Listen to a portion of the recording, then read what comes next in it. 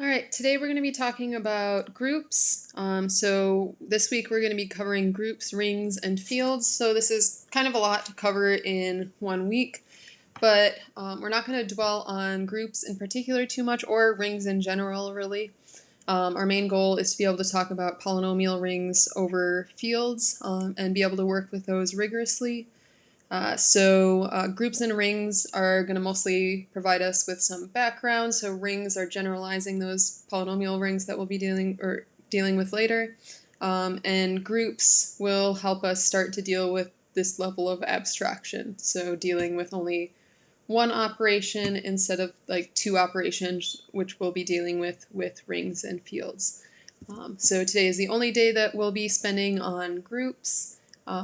So just kind of getting the basics down and getting comfortable with these kinds of proofs, like how to show something as a group.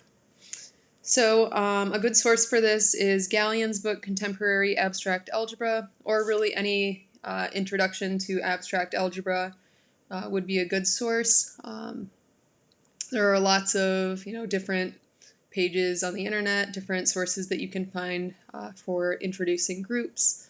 A lot of them will make references to more advanced material that we will not be covering, but take a look at those if you find those helpful.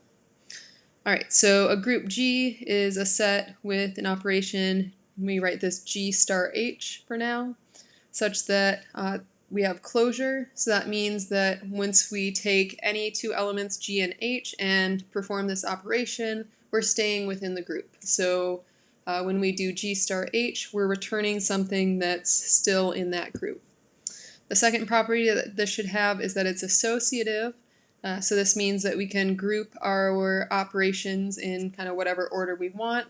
So we can do, if we're looking at G1 star, G2 star, G3, we can do this as G1 star, G2, and then star G3. We could also do that as G1 star, and then do G2 star, G3 before that. So it's important to remember that the order of these guys when we're using this associative property is staying the same. So we're still doing 1, 2, 3. So they're staying in the same order relative to each other, even though we're performing the operations in different order.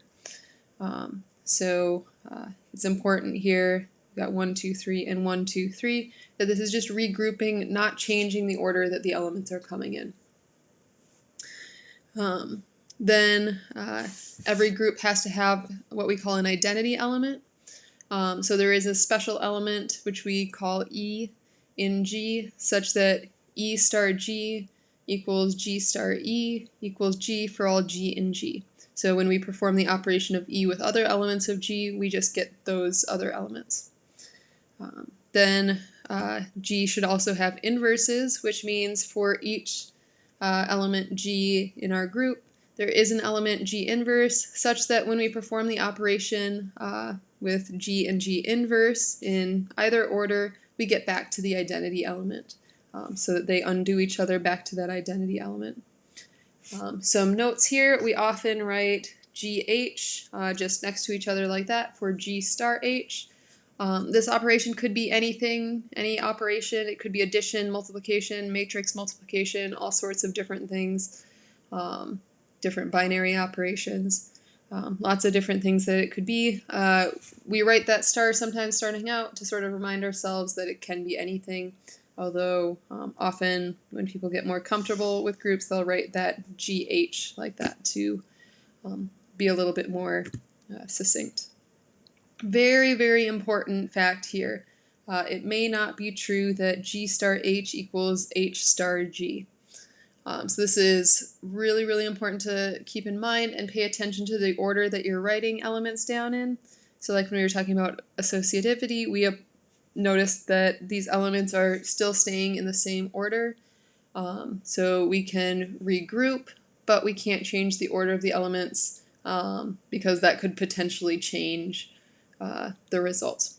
So be very, very careful about this not being true in general.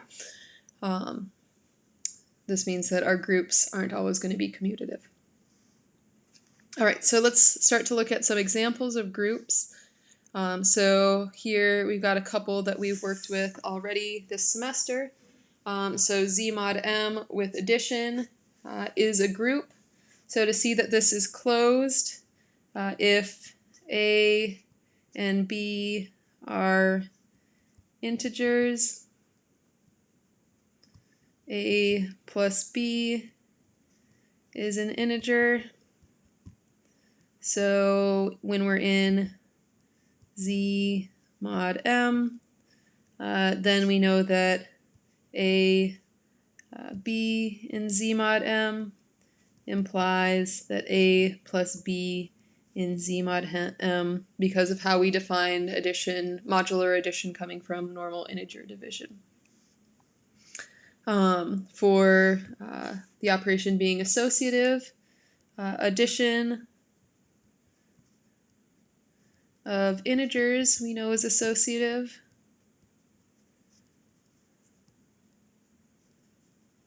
So that implies that modular addition is associative as well. So once again, using that modular addition is coming from normal addition of integers.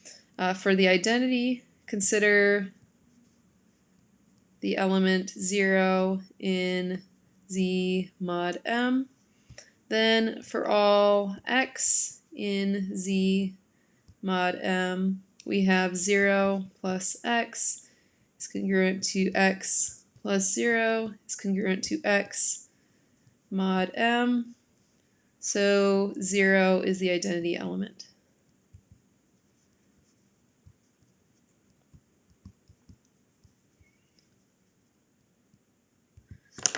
Then finally, for inverses, for all x in Z mod M, we have minus x is in Z mod M. And when we look at what happens when we add x and minus x in either order, we get 0.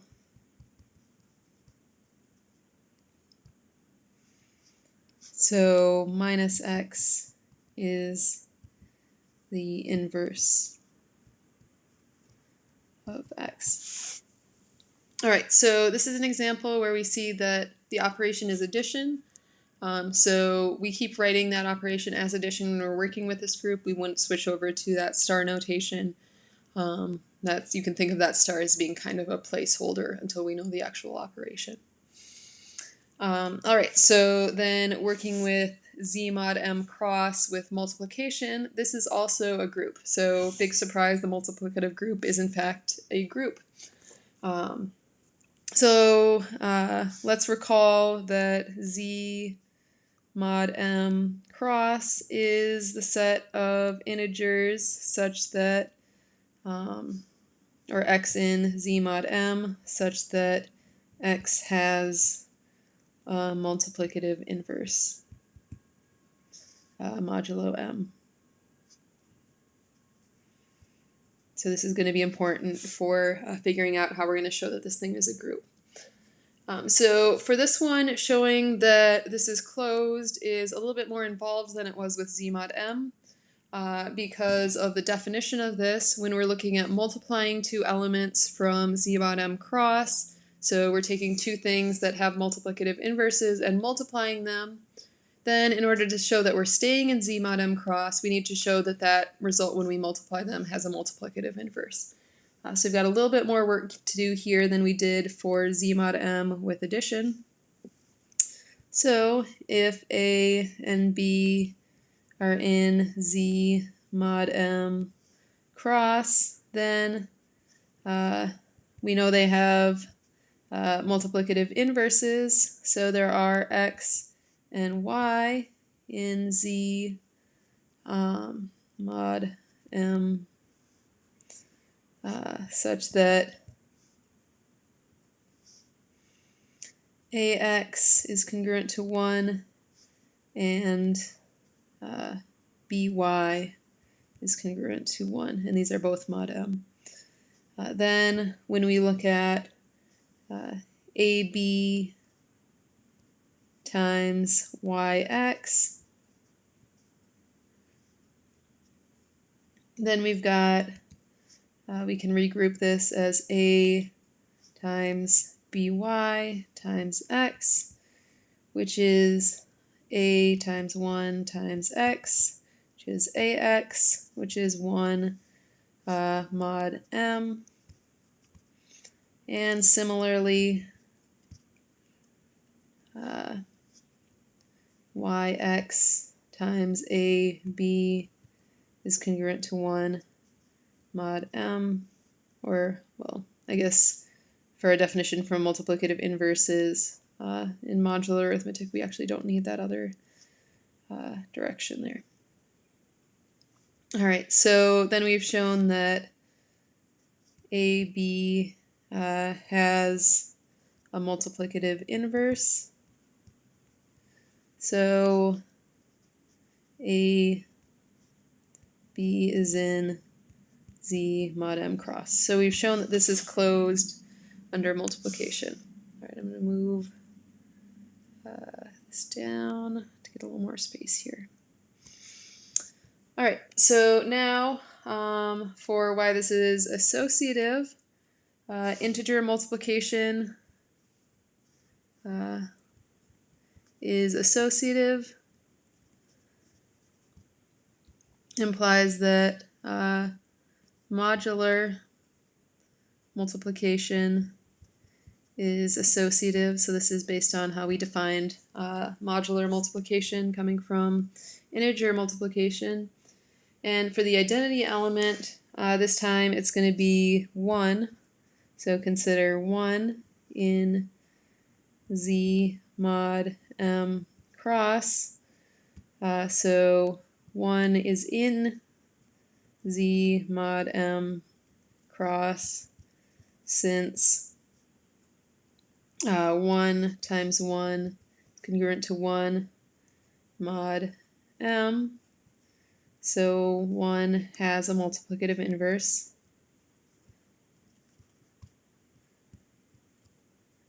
And when we look at x times 1 for any x in Z mod M cross, that's the same as 1 times x is the same as x mod M for all x in Z mod M cross. So then 1 is our identity element. And for inverses, this is actually the easiest one for this one, because by the definition of Z mod M cross, every element has a multiplicative inverse.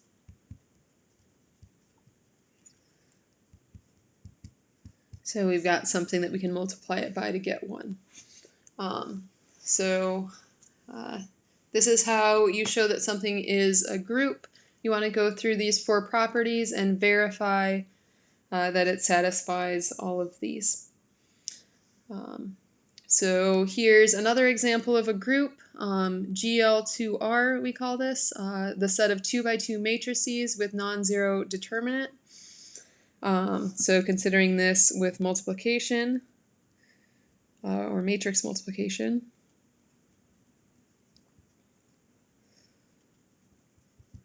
So this is a group, and this is a good exercise if you want to practice showing that something is a group. So here you'd be looking at matrices A, B, C, D, such that their determinant is non-zero, so AD minus BC is not equal to 0. And showing, considering this set with matrix multiplication, that you get a group that it satisfies those 4 properties. So this is an example of a group that is not commutative. So that means that if we flip the order that we're multiplying matrices by, it can potentially change the result. So for example, if we look at 0, 1, 0, 0 times 1, 0, 0, 1, looking at multiplying these in both possible orders. So if we multiply them the first way, then we've got doing 0 times 1 plus 1 times 0. We get 0.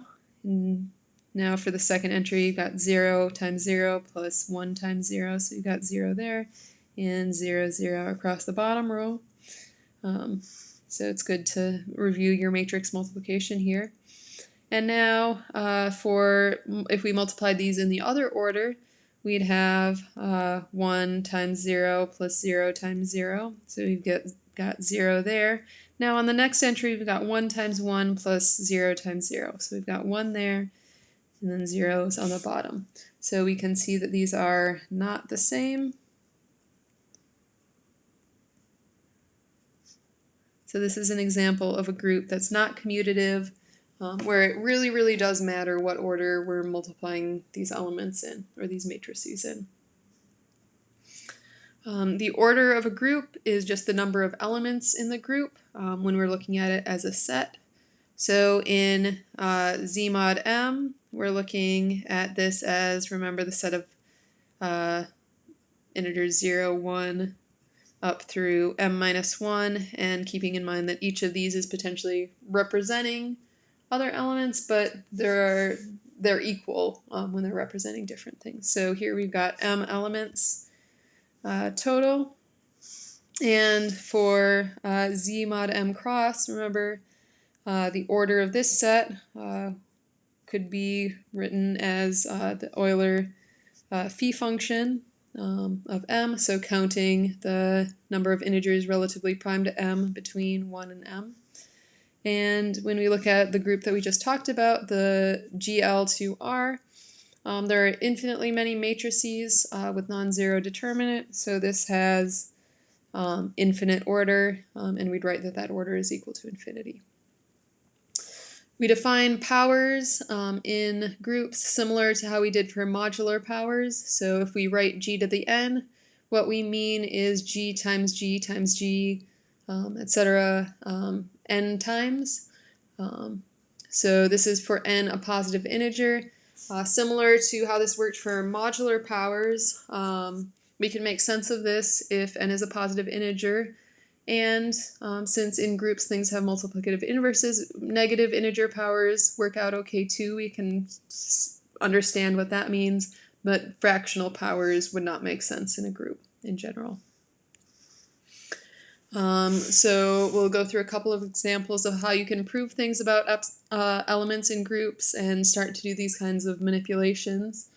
So when you're doing these manipulations, be very, very careful that you don't accidentally write something like GH equals HG when you don't know if the group is commutative.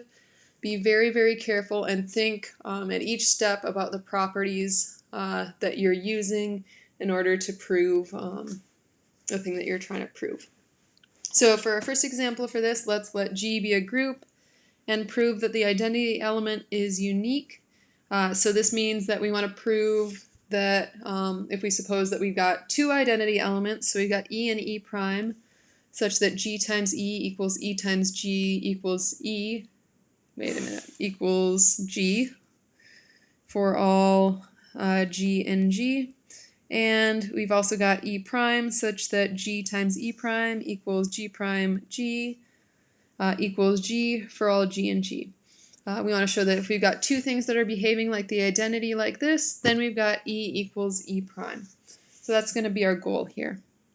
So the trick to this problem is to look at the element E, E prime in the group G. So since we know that E is acting like an identity, EX, or EG we'll say, equals G for all G in G, then when we look at E times E prime, that has to be equal to E prime. But on the other hand,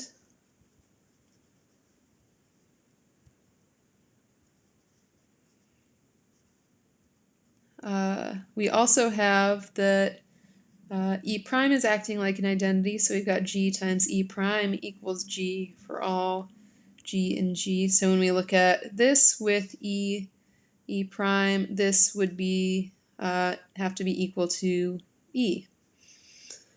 So we have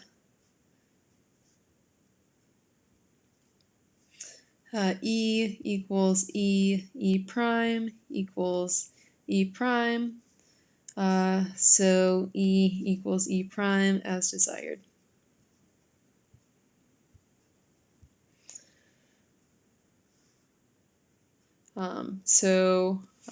Being very, very careful, keeping track of what we're saying and justifying this using stuff that we know. And now for a little bit more interesting example of how we can do these kinds of manipulations with elements. Let G be a group, and suppose we've got two elements, A and B and G. We want to prove that the inverse of the product, AB, is equal to B inverse A inverse. So we want to show, first of all, that when we multiply B inverse A inverse times AB, we want to show that we get the identity. So this will show that this is a left inverse for AB, and then we'll have to show them in the other order that we still get the identity as well. So working with B inverse A inverse AB. So the first idea here is that we want to be able to cancel out A inverse and A in the middle here. So it's really important that you're not just willy-nilly canceling out B inverse and A inverse, because when they're separated we can't do like rearranging because it's not commutative. So you can only cancel out things that are negative to each other if they're inverses. The idea is we're going to cancel A inverse and A, but we've got these parentheses sort of in the wrong place here. So we're going to start by rearranging this using the associative property. So this is going to be equal to B inverse A inverse times A and then times B. So this is using the associative property of groups. And then we'll rearrange one more time to have this as B inverse A inverse A, and finally B. So this is using the associative property again. And next, since A inverse and A are inverses, we've got B inverse times E times B. So this is using the inverse property of groups. And when we multiply B inverse times E, since E is the identity, we just get back B inverse. So this is using the identity property. And when we multiply B inverse times B, then that's E, so that's using the fact that those are inverses, so using that property of groups. So we've done half of the work for showing that the inverse of AB is B inverse A inverse. For the other direction, you would want to show that AB times B inverse A inverse equals the identity. So I'd suggest you take some time right now to practice this and work it out, justifying each step using the properties of groups. You should do this. So one thing to pay attention to here, this can be a common mistake when working with group inverses, is that it's not true in general. So it's not necessarily true that AB inverse equals A inverse B inverse, because kind of what happens when you try to multiply A inverse B inverse AB is that you get stuck here and you can't cancel out the A's or the B's because you can't move things past each other because it's not necessarily commutative. So that's a sort of aside here to watch out for when working with inverses. All right, so make sure you answer the pre-lecture questions, and that's it for our pre-lecture on groups.